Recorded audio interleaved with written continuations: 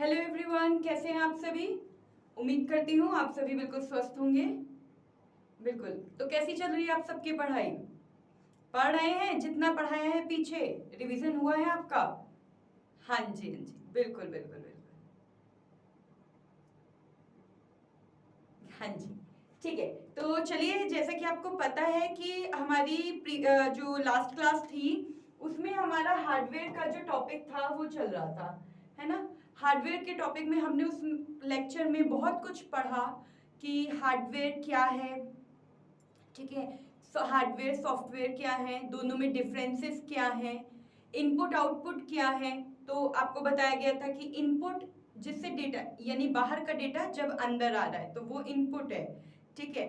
और आउटपुट जब अंदर का डेटा बाहर जा रहा है तो वो क्या है, आउटपुट। तो हमने उसमें इनपुट आउटपुट के बारे में भी पढ़ा था। हाँ जी, हाँ जी, बिल्कुल।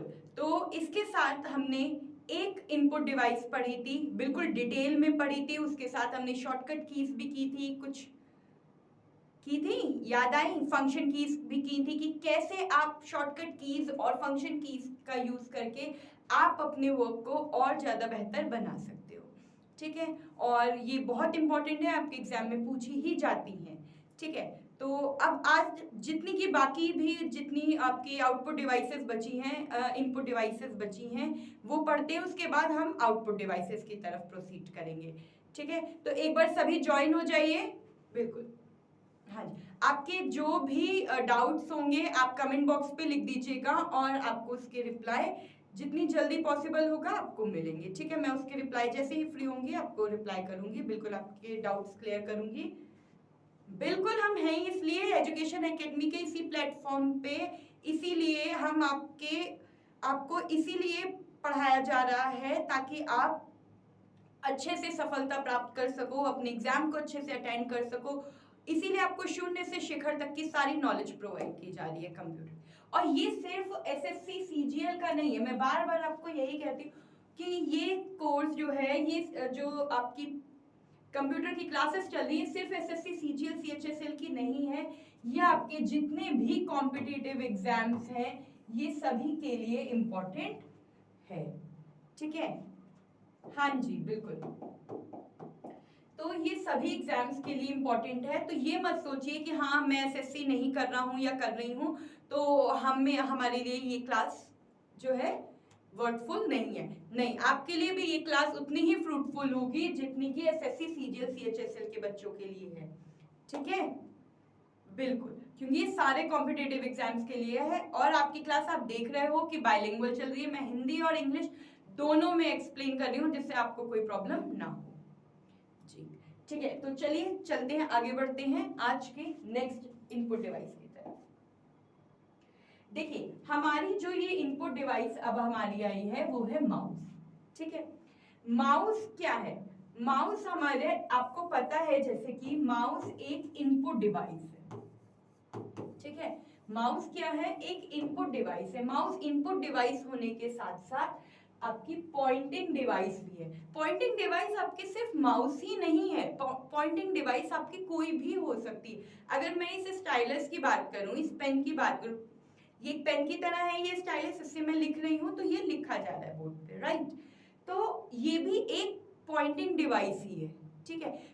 पॉइंटिंग डिवाइस का मतलब होता है कि आप कोई भी डेटा, ठीक है, डिजिटली फॉर्म में डाल रहे हो तो इस पेन की हेल्प से, पॉइंटिंग डिवाइस की हेल्प से क्या कर रहे हैं हम, कोई भी डेटा डिजिटली फॉर्म में हम कंप्यूटर पे डाल रहे हैं तो इसको पॉइंटिंग डिवाइस, ठीक है। तो माउस भी हमारा पॉइंटिंग डिवाइस है और ये स्टाइलस भी हमारी पॉइंटिंग डिवाइस ही है, ठीक है।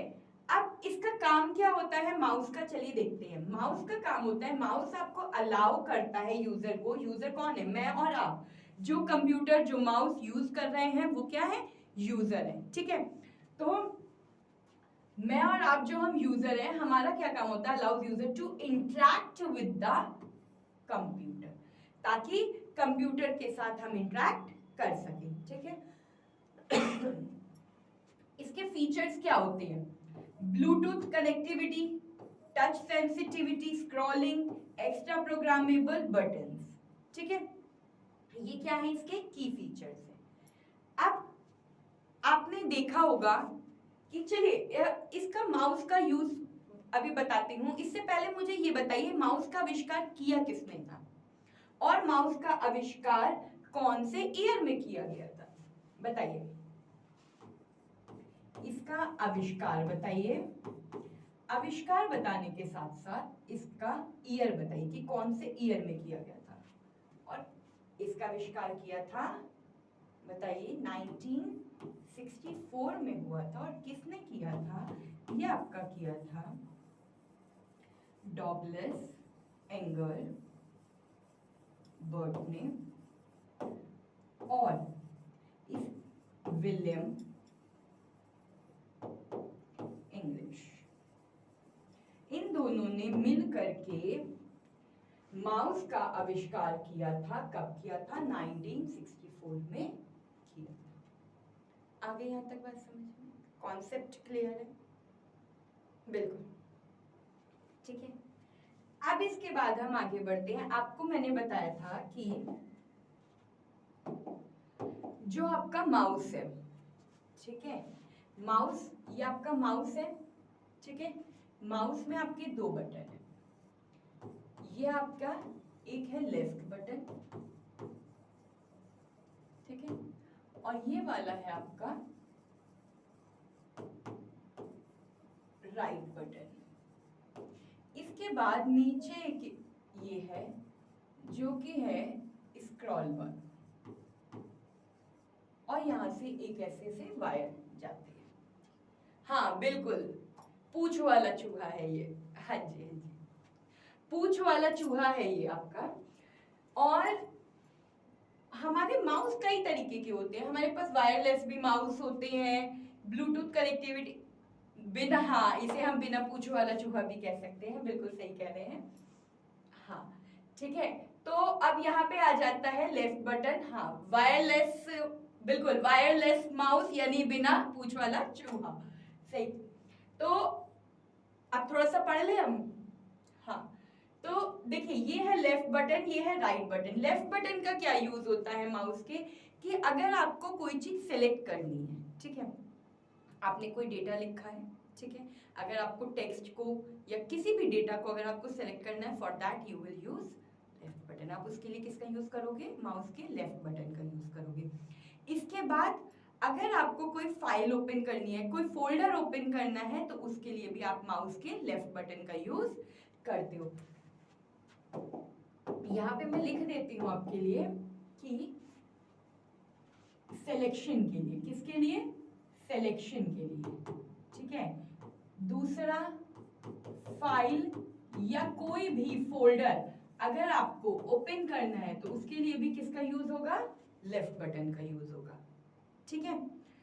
राइट बटन अगर आपको किसी प्रॉपर्टीज में जाना है फाइल की, ठीक है, आपने यू हैव टू प्रेस, जैसे यहाँ पे खाली जगह है ये थोड़ी सी, तो आप राइट क्लिक कर सकते हो, you will write click on at any blank area on the screen, ठीक है। आप जो भी खाली जगह आपको दिख रही है, आप माउस का राइट बटन लोगे और उसे प्रेस करोगे, तो आपके पास एक डायलॉग बॉक्स, एक स्क्रीन ओपन होकर के आ जाती है जिसमें बहुत सारे ऑप्शंस होते हैं, ठीक है। तो उसमें आपको प्रॉपर्टीज पे जाना है या न्यू फोल्डर पे जाना, बनाना, न्यू फोल्डर क्रिएट करना है आपको, तो उसके लिए आप राइट बटन का माउस की यूज करते हो, ठीक है।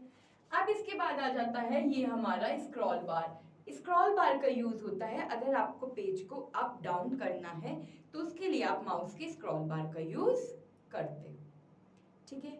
यहाँ तक का कॉन्सेप्ट क्लियर है। यहाँ तक हमने क्या समझा कि माउस एक हमारी इनपुट डिवाइस है, इसे हम पॉइंटिंग डिवाइस भी कहते हैं। इसका काम होता है कि यूजर इंटरेक्ट करता है कंप्यूटर के साथ विद द माउस। भाई हम माउस को ऑपरेट ही तो करते हैं, तो हम इंटरेक्ट ही तो कर रहे हैं कंप्यूटर के साथ और माउस के साथ, ठीक है।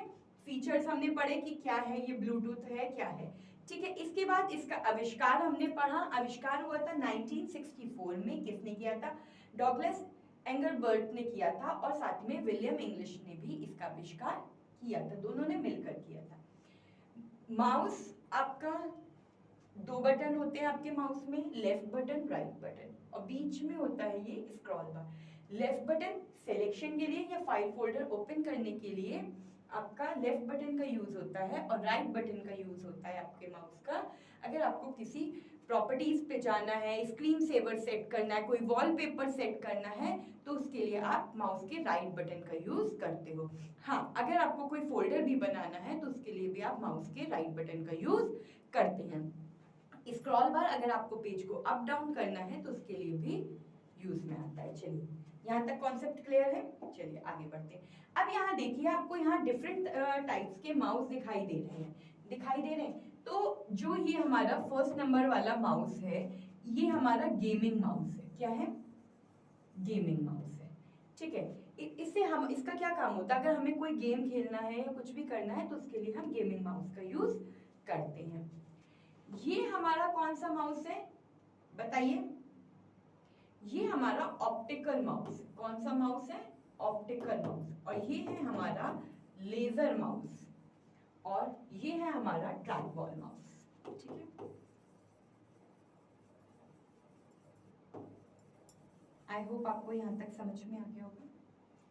ठीक है, ऑप्टिकल माउस जो होता है, इसमें जैसे यहाँ पे बैक साइड में देख रहे हैं आप, ये लाइट ऑन है, लाइट आपको दिख रही होगी रेड कलर की। ऐसे ही ऑप्टिकल माउस में क्या होता है, आपको एक रबड़ दिखती है। ठीक है, व्हाइट कलर की आपको एक रबड़ दिखती है। रबड़ होती है व्हाइट, ब्लैक, किसी भी कलर की वो होती है। ठीक है, और रबड़ लगी हुई होती है, तो ये होते हैं ऑप्टिकल माउस। बट अब ज्यादातर हमारे पास लेजर माउस हम का यूज हम करते हैं। लेजर माउस, इसमें आप देख रहे हो लाइट ऑन है, लाइट दिख रही है आपको इसमें रेड कलर की। मोस्टली यही यूज होता है। ये स्पीड में फास्ट होते हैं और वर्क भी हमारा स्पीडली करते हैं। और ये था हमारा ट्रैकबॉल। ठीक है, अब इसके बाद हम यहाँ पढ़ने जा रहे हैं टाइप्स ऑफ माउस। ठीक है, हमारे 3 टाइप्स के माउस होते हैं। आ गया यहाँ तक समझ में? किसी को कोई प्रॉब्लम हो आप पूछ सकते हैं कमेंट बॉक्स में।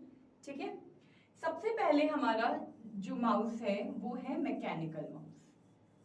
ठीक है, इसके बाद आता है हमारा ऑप्टिकल माउस। कौन सा माउस? Optical mouse. इसके बाद आता है हमारा वायरलेस माउस।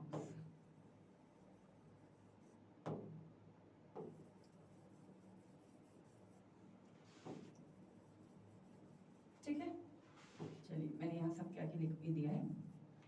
अब आप कहोगे कि मैकेनिकल माउस का क्या यूज होता है? मैकेनिकल माउस का यूज मैकेनिकल पर्पस के लिए किया जाता है, तो ये इतना नहीं पूछा जाता। जब हम आते हैं ऑप्टिकल माउस, ऑप्टिकल माउस का यूज क्यों होता है बताइए? बताइए, जल्दी सोचिए। ऑप्टिकल माउस जो है उसका यूज क्यों होता है? इसमें आपको मैंने दिखाया था। हाँ बिल्कुल, इसमें किसी भी तरह की कोई भी मैग्नेटिक रबड़ नहीं होती है। मैग्नेटिक रबड़ नहीं होती है, और ये लाइट से ऑपरेट होता है। ठीक है, वायरलेस, बिल्कुल आपको पता है कि ये ब्लूटूथ, जैसे हमने अभी बात की थी, है ना, कि ये ब्लूटूथ से ऑपरेट होता है। ब्लूटूथ से आप इसे कनेक्ट कर सकते हो और इससे वर्क कर सकते हो। तो ये होता है हमारा वायरलेस माउस। ठीक है, तीनों माउस क्लियर हो गए? किसी को यहाँ तक कोई प्रॉब्लम? बिल्कुल बिल्कुल बिल्कुल।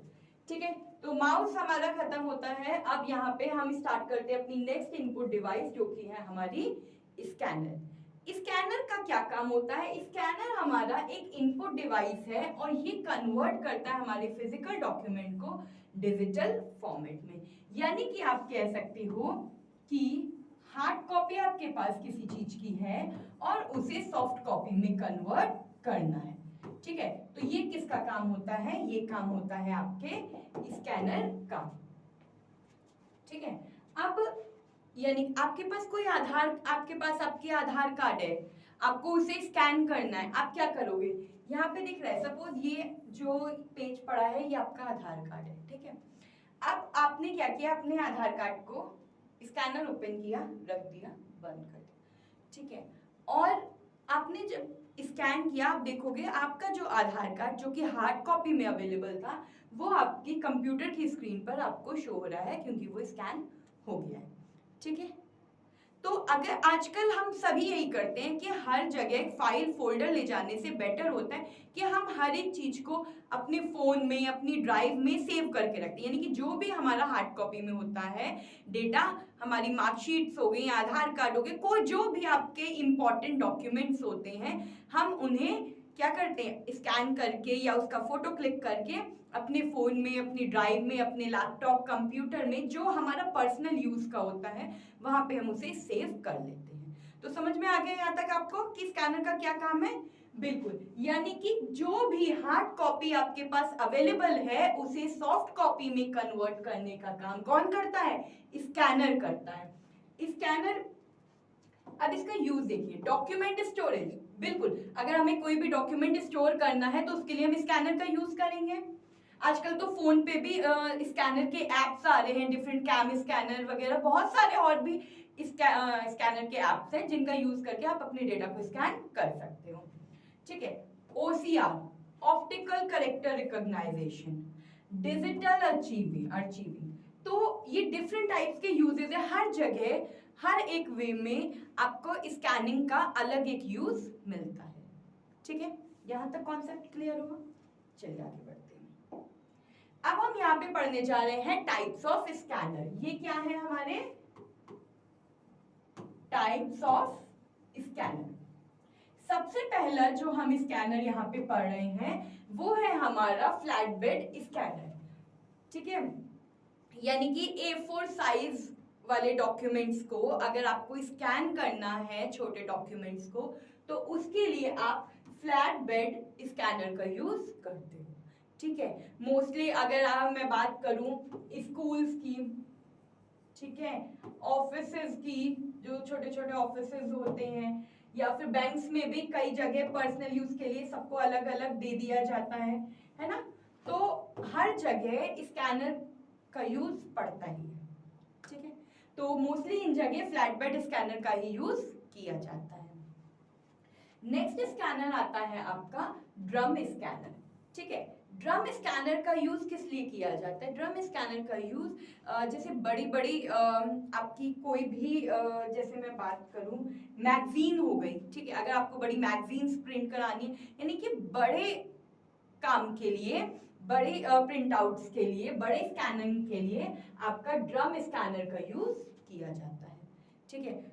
कोई आपको जैसे मैगजीन प्रिंट हो गई आपकी, मैगजीन को प्रिंट कराना है, बुक्स प्रिंट करानी है, कोई न्यूज लेटर आपको प्रिंट कराना है बड़ा, तो फॉर दैट उसके लिए ड्रम स्कैनर का यूज होता है। तो मैंने क्या बताया, कोई न्यूज लेटर है आपके पास, कोई बड़ा सा, आपको वो स्कैन कराना है, मैगजीन से स्कैन करानी है, तो उनके लिए हम किसका यूज करते हैं? ठीक है, ड्रम स्कैनर का यूज करते हैं, ठीक है। यहाँ तक कॉन्सेप्ट क्लियर हुआ? ठीक है, हाँ बिल्कुल, कोई बुक्स हो गई तो उसके लिए भी हम ड्रम स्कैनर का यूज करते हैं। चलिए नेक्स्ट आता है हमारा 3D स्कैनर। 3D स्कैनर का क्या यूज होता है? 3D स्कैनर का यूज होता है, आपने देखा होगा कि जैसे कि हम कभी कोई स्कैनिंग कराने जाते हैं, जैसे अगर बीमार हो जाते हैं तो कोई भी हमारा अल्ट्रासाउंड होता है या कुछ भी होता है, तो आपने देखा होगा कि स्कैन हो रहा होता है, कहते हैं ना कि स्कैन करा लो, अल्ट्रासाउंड करा लो, या फिर कुछ भी। तो ये सारी चीजें 3D, यानी कि कह सकते हैं कि 3D प्रिंटिंग के लिए हमारा 3D स्कैनर का यूज होता है। ये आपके हॉस्पिटल की बात करूं या कहीं पे भी बात करूं, तो जहां पे 3D स्कैनर की स्कैनिंग की जरूरत होती है वहां पे हमारा 3D स्कैनर का यूज होता है। नेक्स्ट आ जाते हैं टॉपिक हमारा शीट फेड। बताइए शीट फेड स्कैनर का यूज क्यों किया जाता है? बताइए, कौन बताएगा मुझे? हाँ बिल्कुल, देखिए आप खुद देख पा रहे हो कि अगर कोई भी पेपर प्रिंट हो रहा है, कोई न्यूज पेपर प्रिंट हो रहा है या कुछ भी, तो उसके लिए हम शीट फेड स्कैनर का यूज करते हैं। आजकल तो बहुत सारा मार्केट में बहुत सारी फैसिलिटी है कि प्रिंटर के साथ ही साथ स्कैनर, यानी कि देखो आउटपुट डिवाइस के साथ इनपुट डिवाइस भी आजकल आ रही है, यानी प्रिंट आउट भी निकल सकता है और डेटा आपका स्कैन भी हो सकता है, आपकी हार्ड कॉपीज स्कैन भी हो सकती हैं। ठीक है, तो आपको यहाँ तक क्लियर। हाँ, एक आपका हैंडहेल्ड स्कैनर भी होता है, कुछ इस टाइप का होता है वो, ठीक है, और ये आपका हैंडहेल्ड स्कैनर होता है। हैंडहेल्ड स्कैनर का यूज आप कैंटीन में गए होगे, मिलिट्री कैंटीन में गए होगे या मॉल में गए होगे, तो आपने देखा होगा वहां पे एक इस टाइप का कोड होता है, बार कोड होता है, ठीक है।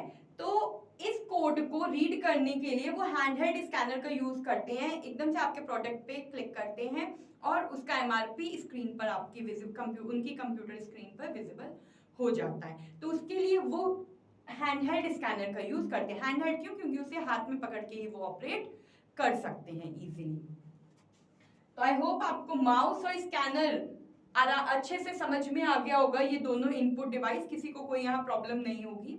बिल्कुल जो कुछ भी यहाँ पे पढ़ाया जा रहा है बिल्कुल 100% आपका क्वेश्चन पेपर वहीं से ही बनेगा। ठीक है, इसके बाद नेक्स्ट है आपकी touch screen and stylus. Touch screen और स्टाइलस की अगर बात करूं तो ये डायरेक्ट इंटरेक्ट करते हैं कंप्यूटर के साथ, ठीक है, via touch gesture.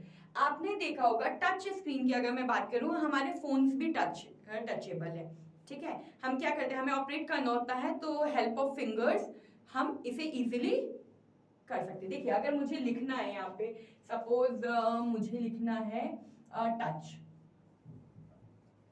Screen, so see I am writing with my finger, ठीक है। मैंने स्टाइलस का यूज नहीं किया, स्टाइलस मेरे दूसरे हाथ में था, मैंने किससे लिखा, फिंगर से लिखा।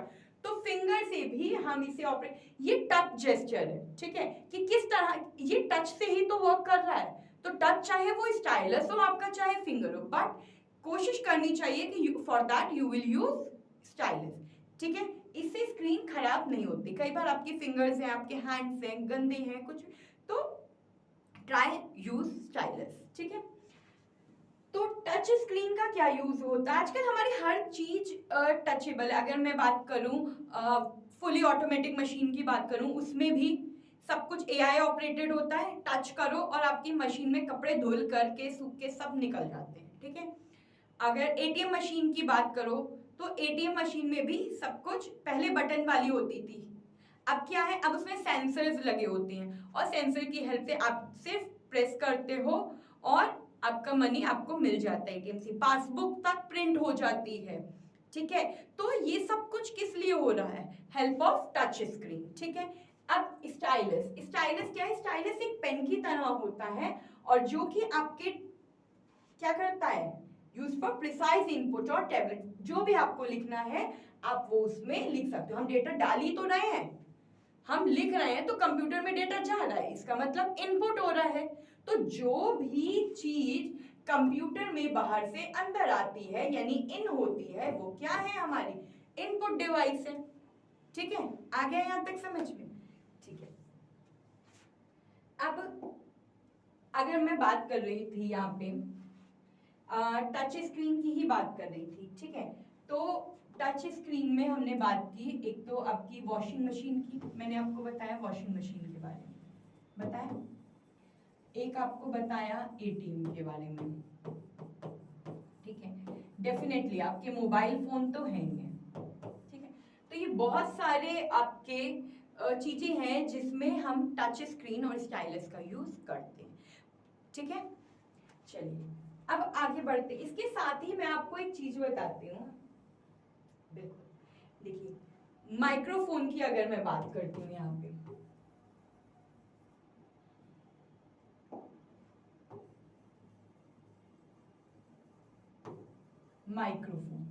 माइक्रोफोन की हेल्प से, माइक्रोफोन क्या होता है, अपने कॉलर माइक जैसे ले लिया, अपने उसमें गले में डाल लिया और उससे आपकी आवाज माइक्रोफोन में जा रही, जब आप बोल रहे हो तो माइक्रोफोन में वो आपकी आवाज इनपुट हो रही है और फिर स्पीकर के थ्रू आप तक आवाज पहुंच रही है। तो जो माइक्रोफोन में जो माइक लगा हुआ है उसमें आपकी आवाज जब आप बोल रहे हो तो वो अंदर आ रही है, तभी तो स्पीकर की हेल्प से वो आवाज बाहर जा रही है। तो माइक्रोफोन क्या हो गया आपका इनपुट डिवाइस हो गया, ठीक है।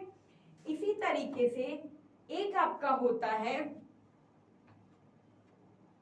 जॉयस्टिक, ठीक है। जॉयस्टिक की हेल्प से आप क्या कर सकते हो, आप गेम खेल सकते हो, ठीक है। तो आप जॉयस्टिक जो होता है वो आपका एक इस फॉर्म में होता है, ठीक है। इस तरीके का जॉयस्टिक होता है और जॉयस्टिक की हेल्प से आप गेम खेल सकते हो, ठीक है। तो यानी आप डेटा को इनपुट कर सकते हो, ठीक है। आगे ऐसी और भी बहुत सारी हमारी बिल्कुल ऐसी बहुत सी और भी इनपुट डिवाइसेस होती हैं। अब एक इनपुट डिवाइस आती है आपकी वेबकैम। वेबकैम क्या है आपने देखा होगा, यानी कि कैप्चर करता है वीडियो और इमेजेस को, ठीक है। ये भी वेबकैम भी एक इनपुट डिवाइस है। ये क्या कर रहा है, बाहर से जैसे कोई आ रहा है, हम क्या करते हैं घरों में कैमरे लगा देते हैं, तो यानी कि आने जाने वालों की जो फोटो है जो इमेज है वो हमें हमारे कंप्यूटर पे हमारे फोन पे सब में दिखता है। आजकल तो हम फोन से भी कैमरा ऑपरेट कर सकते हैं, हमें कंप्यूटर की हर जगह नीड नहीं होती, सब कुछ आजकल हमारे फोन पे है, ठीक है। पूरा कंप्यूटर ही फोन है, ठीक है। तो फोन में ही कंप्यूटर है, तो हम क्या कर सकते हैं, तो जो वीडियोस या जो इमेजेस बाहर से आने वालों की हमारी कंप्यूटर में आ रही है ना, जो चीज आ रही है वो इनपुट है। तो वेबकैम क्या करता है, वेबकैम का काम है, वेबकैम भी एक इनपुट डिवाइस है और ये हमारी इमेजेस को हमारी वीडियोस को कैप्चर करता है, ठीक है। इसका रेजोल्यूशन क्या होता है, 720 pixels, 1080, 4K ultrasound, full HD, ठीक है। फीचर्स क्या होते हैं, ऑटो फोकस होता है, नाइट विजन में भी वर्क करता है, बिल्ट इन माइक्रोफोन्स होता है, एआई एनहांस्ड होता है, वीडियो होता है और साथ में प्रोसेसिंग भी होती है, ठीक है। इसके बाद और भी बहुत सारी हमारी इनपुट डिवाइसेस हैं जिनके बारे में मैं बताती हूँ आपको। अब देखिए सबसे पहले मैं यहाँ पे अब बात कर रही हूँ MICR की, ठीक है। फिर हम बात करते हैं OMR की, ठीक है। फिर हम बात करते हैं यहाँ पे OCR की और फिर यहाँ पे हम बात करते हैं BCR की। ये सारी हमारी क्या है, इनपुट डिवाइस है,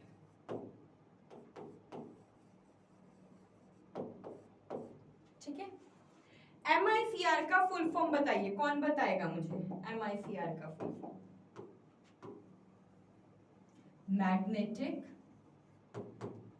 इंक कैरेक्टर रीडर, या आप कह सकते हो रिकॉग्नाइजेशन, ठीक है। OMR का फुल फॉर्म क्या होता है, ऑप्टिकल मार्क रीडर, ठीक है। OCR का फुल फॉर्म क्या होता है, ऑप्टिकल कैरेक्टर रीडर। अभी मैं इसके यूजेस बताती हूँ आपको, लिख लीजिए, लिखा हुआ ज्ञान कभी भी अधूरा नहीं जाता। अभी स्क्रीनशॉट लेना है अभी स्क्रीनशॉट ले लीजिए और फिर बाद में, लेकिन जब टाइम मिले आपको आप लिख जरूर लीजिएगा, जिससे कि चीजें आपके दिमाग में बहुत अच्छे से सेट हो जाए, ठीक है। इसके बाद नेक्स्ट आता है आपका BCR, यानी कि आपका ये हो गया बार कोड रीडर, ठीक है। MICR यानी मैग्नेटिक इंक कैरेक्टर रीडर, इसमें क्या होता है, आपने बैंक में देखा होगा कि बैंक की एक चेकबुक होती है, ठीक है, और उस चेकबुक में 9 डिजिट के नंबर्स होते हैं, ठीक है। तो इसमें इसे तीन भागों में यानी 3 भाग में इसे डिवाइड किया जाता है, 3 नंबर्स को, 9 डिजिट्स हो गई, ठीक है। फर्स्ट जो 3 नंबर्स होते हैं ये आपके सिटी को रिप्रेजेंट करते हैं, सिटी को दर्शाते हैं, ठीक है। जो उसके बाद के 3 आपके नंबर्स होते हैं वो आपके बैंक को बताते हैं कि कौन सा बैंक है, और लास्ट के जो 3 डिजिट्स होते हैं ये आपकी ब्रांच को बताते हैं, कि कौन सी ब्रांच है, ठीक है। ये इंपॉर्टेंट है, ये पूछा जाता है, ठीक है। तो इसको ध्यान से नोट कर लीजिए, एक बार स्क्रीनशॉट ले लीजिए आप सबका, फिर स्टार्ट करते हैं। बिल्कुल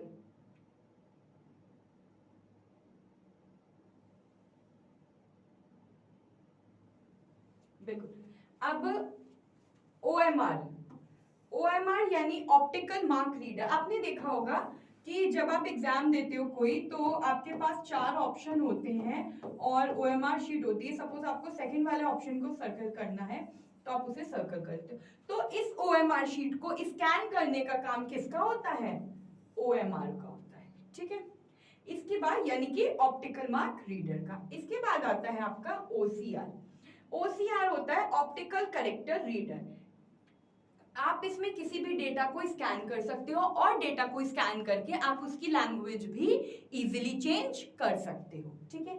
अब आता है BCR, यानी ये तो आपको पता ही होगा, बारकोड रीडर। अगर बारकोड को अगर आपको रीड करना है तो आप हैंडहेल्ड स्कैनर की हेल्प से भी कर सकते हो, और BCR होता है बारकोड रीडर, आप इस इनपुट डिवाइस की हेल्प से भी आप रीड कर सकते हो। तो ये सारी थी हमारी इनपुट डिवाइसेस, ठीक है, जिन्हें हमने आज माउस, स्कैनर और भी बहुत सारी, webcam, MICR, OMR, OCR, BCR, microphone, joystick, बहुत सारी हमने इनपुट डिवाइसेस पढ़ी हैं। बिल्कुल, अगर आपके पास आपके कोई भी डाउट्स है आप कमेंट बॉक्स में लिखिए, आपको आंसर्स मिलेंगे उसके। बिल्कुल जैसे ही फ्री होंगी मैं आपको उसके कमेंट बॉक्स में आंसर्स दूंगी, ठीक है। बिल्कुल, तब तक के लिए पढ़िए जितनी भी इनपुट डिवाइसेस हैं। नेक्स्ट क्लास में मिलते हैं आउटपुट डिवाइसेस के साथ, तब तक के लिए धन्यवाद।